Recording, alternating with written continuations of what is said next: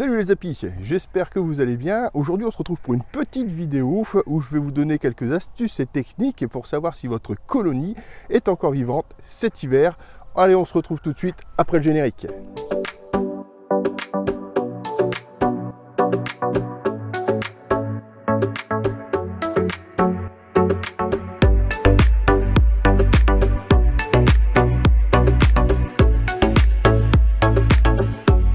Alors les apis, avant de commencer la petite vidéo, je vous laisse avec le beau temps du Pas-de-Calais qu'on a aujourd'hui. Vous pouvez constater qu'on a un grand soleil, bien évidemment.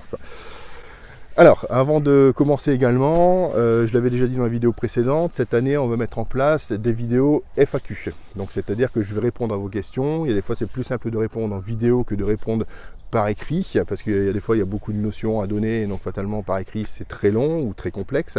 Donc n'hésitez pas dans les commentaires à poser vos questions. Je sélectionnerai des questions qui peuvent être intéressantes pour tout le monde et j'y répondrai dans des vidéos.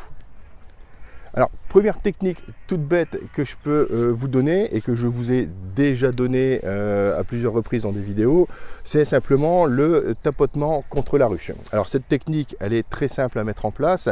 Vous allez approcher votre oreille collée à la ruche, vous allez tapoter tout doucement comme ceci, hein, voilà, on fait vraiment un petit tapotis, ça sert à rien de frapper comme si on voulait planter un clou ou abattre un mur, hein. Tout ce qu'on risque en faisant ça, c'est de faire dégrapper les abeilles et qu'elles tombent au fond de la ruche. Là, c'est vraiment histoire qu'elles nous répondent en fait en retour pour qu'on sache qu'elles sont vivantes ou pas. Donc comme je vous disais, voilà, on colle son oreille contre la ruche, on tapote légèrement et les abeilles bien gentiment vont répondre dans un vrombissement. Là on sait que la colonie est vivante. Attention toutefois, ça m'est déjà arrivé, c'est pour ça que je vous le dis, c'est une anecdote. J'ai une ruchette une fois qui pendant 2 semaines à la suite ne m'a pas répondu. Donc c'est-à-dire que je fais cette technique-là, je tapote et ça ne répond pas. Donc à ce moment-là, je prends la décision de soulever le couvre-cadre pour voir ce qui se passe et voir si la colonie est morte ou pas, afin de ne pas laisser la ruchette là sur place. Et donc je me rends compte que la colonie est bien grappée, qu'il n'y a aucun souci, qu'elle vit très bien, mais alors elle avait décidé de ne pas me répondre, donc elle ne voulait pas me parler, je ne sais pas, mais en tout cas ça ne fonctionnait pas. Donc cette technique n'est pas du 100%, comme toutes les autres techniques ne sont pas du 100%. Alors je vais essayer avec mon micro de vous faire écouter le vrombissement des abeilles, pour que vous puissiez voir ce que ça donne. Alors je vais mettre ce micro à l'entrée de la ruche, voir un petit peu si ça répond. Alors je sais pas vraiment si vous allez entendre, c'est juste un test. Et je vais tapoter donc contre la ruche. Allez, on essaye.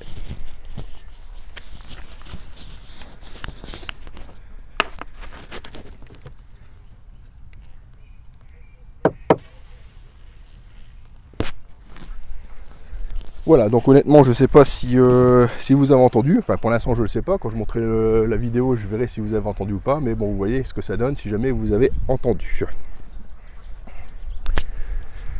Deuxième petite astuce, toute simple également, et là c'est juste de l'observation, c'est de venir au rucher par une belle journée ensoleillée avec une température d'environ 8 à 10 degrés.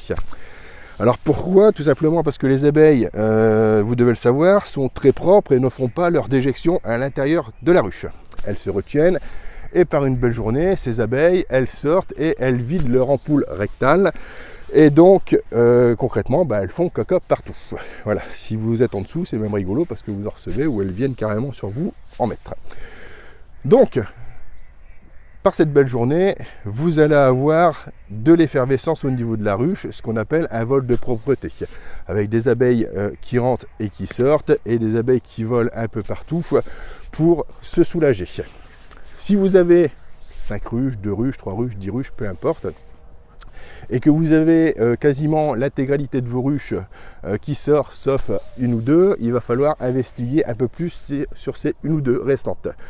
Potentiellement la colonie est morte, potentiellement la colonie est faible et n'a plus la force de sortir. Enfin voilà, il peut y avoir différentes choses, ou la colonie est malade, mais il va falloir regarder un petit peu plus ce qui se passe. Troisième petite technique, tout simplement, on va le voir sur cette ruche ici.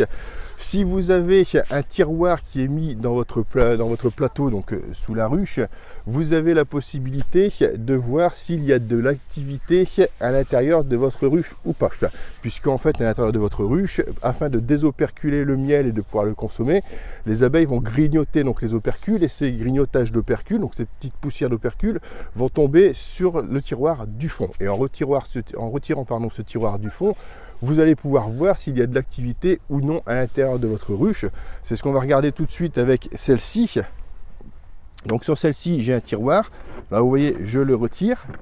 Voilà, donc là, le tiroir, il n'y a pas grand-chose parce que je l'ai mis hier. Je vais me rapprocher pour que vous puissiez voir peut-être un peu plus.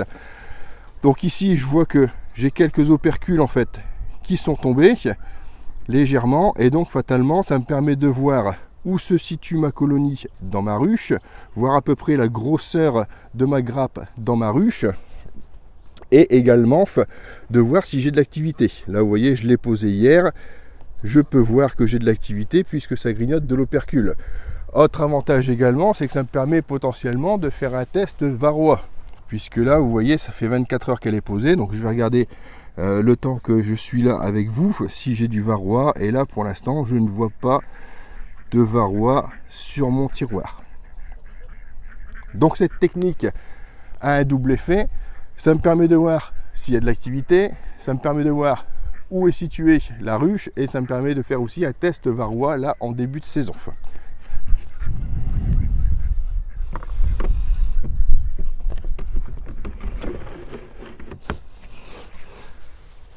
Alors encore une autre observation que l'on peut faire sur nos ruches pour voir si tout va bien ou non, c'est de regarder la planche d'envol. Pourquoi? Puisque sur la planche d'envol, on a toujours plus ou moins quelques abeilles mortes qui sont là. Alors si vous avez 15-20 abeilles mortes sur la planche d'envol ou sur le plateau de fond de votre ruche, il n'y a pas à s'inquiéter puisque c'est normal. La colonie est en hivernage, donc par des belles journées, elle travaille un peu, donc c'est-à-dire que les nettoyeuses vont emmener les cadavres un peu plus loin. Par contre, c'est quand même relativement rare. Si je prends une journée comme aujourd'hui, eh bien, les abeilles ne volent pas et donc fatalement ça ne nettoie pas. Et s'il y a des abeilles mortes, ben, elles restent sur le fond. Ce qu'il ne faut surtout pas avoir, c'est un gros tapis d'abeilles mortes en fait sur le fond de votre ruche. Puisque là, il faudra s'inquiéter. C'est soit qu'il y a eu une intoxication due à potentiellement du miel qui était intoxiqué dans la ruche et que les abeilles ont consommé, soit que la colonie est morte de faim, de froid, d'humidité, peu importe, mais elle est morte. À ce moment-là, il faudra s'inquiéter. La première chose à faire dans ce cas-là, ce sera de retirer la porte d'entrée de la ruche et essayer de nettoyer avec un bâton le plus possible d'abeilles mortes pour voir un petit peu où on en est de la situation. Si il y a vraiment beaucoup d'abeilles mortes sur le fond, à ce moment-là, moi je vous conseille quand même d'ouvrir la ruche pour voir ce qui se passe et pas laisser potentiellement une ruche infectée sur le rucher. Puisque si on a mort par maladie ou mort par intoxication, par une belle journée, on pourrait très bien imaginer des abeilles d'une autre ruche qui vont venir potentiellement se servir ou venir voir cette ruche-là et qui vont potentiellement contaminer les autres ruches.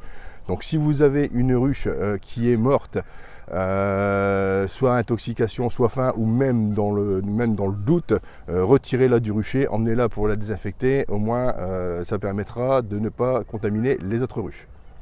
Alors une autre technique qui est là un peu plus intrusive pour les abeilles et aussi un peu plus risquée, c'est de soulever le couvre-cadre ou le couvre-cadre nourrisseur afin de voir la grappe d'abeilles et voir si tout va bien.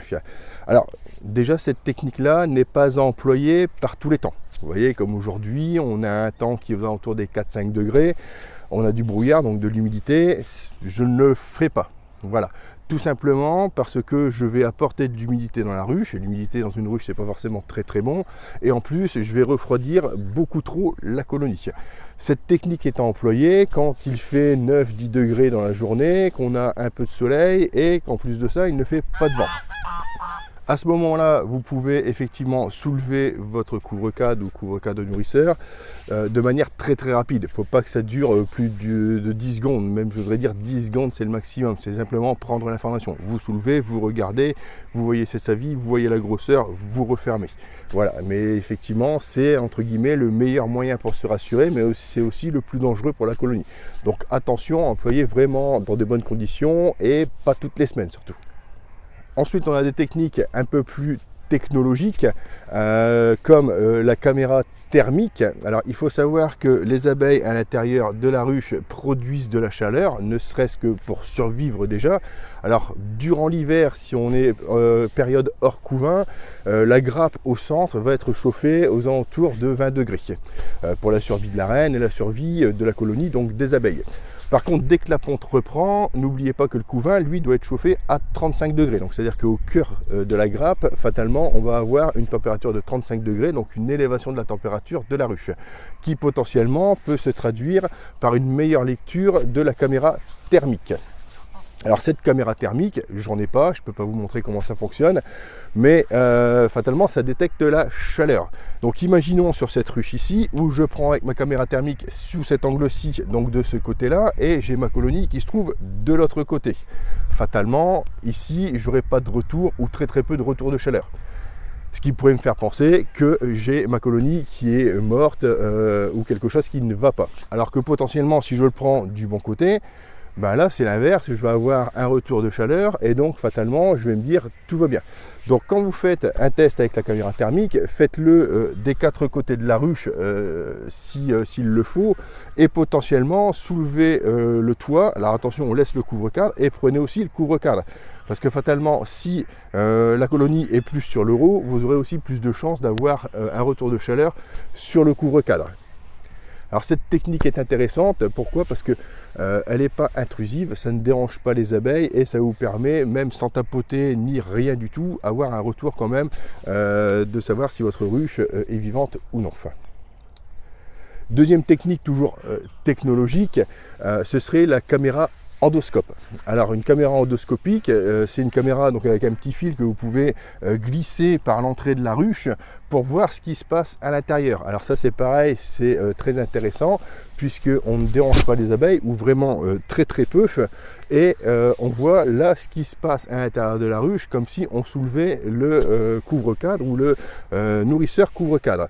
Alors ça demande, comme la caméra thermique, de l'investissement matériel fatalement, puisqu'une caméra thermique il faut l'acheter, la caméra endoscopique c'est pareil, mais ça peut être des outils qui sont intéressants à avoir, notamment la caméra endoscopique, puisque là on voit vraiment les abeilles, alors qu'avec de la caméra thermique c'est déjà un peu plus imprécis. Alors, dernière petite astuce qui est là de la simple observation. Je vous mets une photo comme ça vous voyez bien. Si vous avez une ruchette ou une ruche polystyrène, on va dire que le polystyrène a un transfert d'énergie qui est beaucoup plus important que le bois. Donc c'est à dire que ça ne va pas laisser passer la chaleur beaucoup plus facilement. Et donc fatalement, sur cette photo, vous pouvez remarquer que sur cette ruchette polystyrène, eh bien, on a un ronf de dégelé par rapport à la ruchette. Donc cette photo, je l'ai prise complètement matin quand le soleil se levait, donc la ruchette est encore bien gelée et pourtant on voit qu'il y a tout un rond où c'est pas gelé, et ça tout simplement c'est la chaleur dégagée par les abeilles qui fait que ça ne gèle pas à cet endroit là. Donc là par la simple observation, j'ai pas besoin de soulever, j'ai pas besoin de taper, j'ai pas besoin de caméra ni de rien du tout, je sais pertinemment que ma colonie vit, puisque sinon il n'y aurait pas de chaleur et donc j'aurais la totalité du côté de la ruchette gelée. Donc voilà les apis, cette vidéo est terminée. Je vous ai donné toutes les petites astuces que j'ai dans mes poches pour savoir si la colonie est morte ou non durant l'hiver. Alors je sais que c'est toujours une période stressante, ne serait-ce que pour les débutants, quand c'est votre premier ou deuxième hivernage. C'est toujours le stress de savoir est-ce que la colonie est vivante ou pas. Alors avec les petites techniques que je viens de vous donner ou les petites astuces, fatalement ça peut vous aiguiller sur le fait que la colonie vive ou ne vivent pas. Alors attention, vous pouvez, et même je vous conseille d'employer potentiellement plusieurs techniques ensemble. Comme je vous dis, si vous tapotez sur la ruche et que ça ne répond pas, il ne faut pas se cloisonner à ça et se dire mince, ça ne répond pas, qu'est-ce qui se passe? Il faut penser à autre chose, un deuxième test ou un troisième test effectivement, afin de s'assurer que la colonie va bien. Comme je vous disais en début de vidéo, chaque technique c'est pas du 100%. D'accord, il y a toujours une marge d'erreur. Et donc, si vous tombez sur cette marge d'erreur, il ne faut pas forcément vous affoler, il faut regarder différemment. Donc voilà, j'espère que cette vidéo vous a plu, qu'elle vous a apporté quelque chose. Si c'est le cas, si ça vous a plu, un petit pouce bleu. N'hésitez pas à laisser un petit commentaire, ça fait toujours plaisir. Et puis, on se retrouve pour une prochaine vidéo. Allez, salut les appis!